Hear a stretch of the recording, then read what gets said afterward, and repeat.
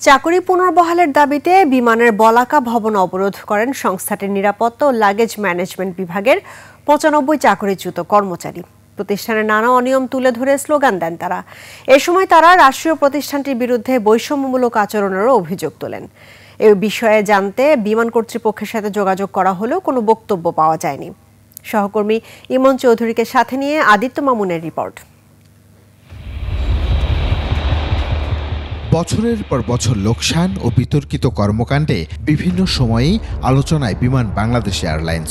কখনো প্যাসেঞ্জারের লাগেজ চুরি, বিমানের চাকা চুরি কিংবা স্বর্ণের চোরাচালান, এমন নানা অভিযোগ সংস্থাটির অসাধু কর্মচারীদের বিরুদ্ধে। যাত্রীদের কাছ থেকে জোরপূর্বক বিদেশি মুদ্রা গ্রহণ, লাগেজ চার্জ কম দেখানো, ব্যাগ চুরি সহ বেশ কিছু অভিযোগের ভিত্তিতেই গেল বছরের ১৩ আগস্ট চাকরিচ্যুত করা হয় বিমানের চুক্তিভিত্তিক নিয়োগ পাওয়া ৯৬ জনকে।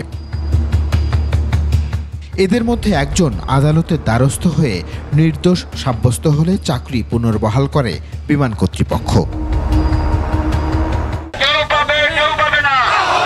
এরই সুযোগ নিয়ে বাকি ৯৫ জন এবার বিমানের বলাকা ভবন অবরোধ করেন।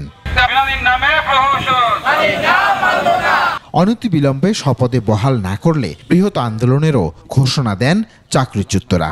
যে মেয়েটাও দিছে তারও কেস ছিল, তার কেসের এগেনস্টে অলরেডি বিমান তাকে জয়েন দিছে, তাহলে আমাদের দিলে সমস্যা কোথায়? চাকরি যেভাবেই হোক আমাদের দিতে হবে, এটাই আমাদের দাবি। বিষয়টি সুরাহার জন্য বিমানের শীর্ষ কর্মকর্তাদের সাথে আলোচনার প্রস্তাবও দেয় চাকরিচ্যুতরা।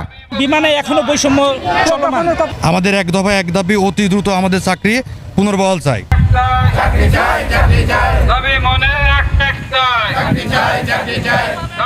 অবরোধ চলাকালে বিমানের কারো বক্তব্য পাওয়া যায়নি।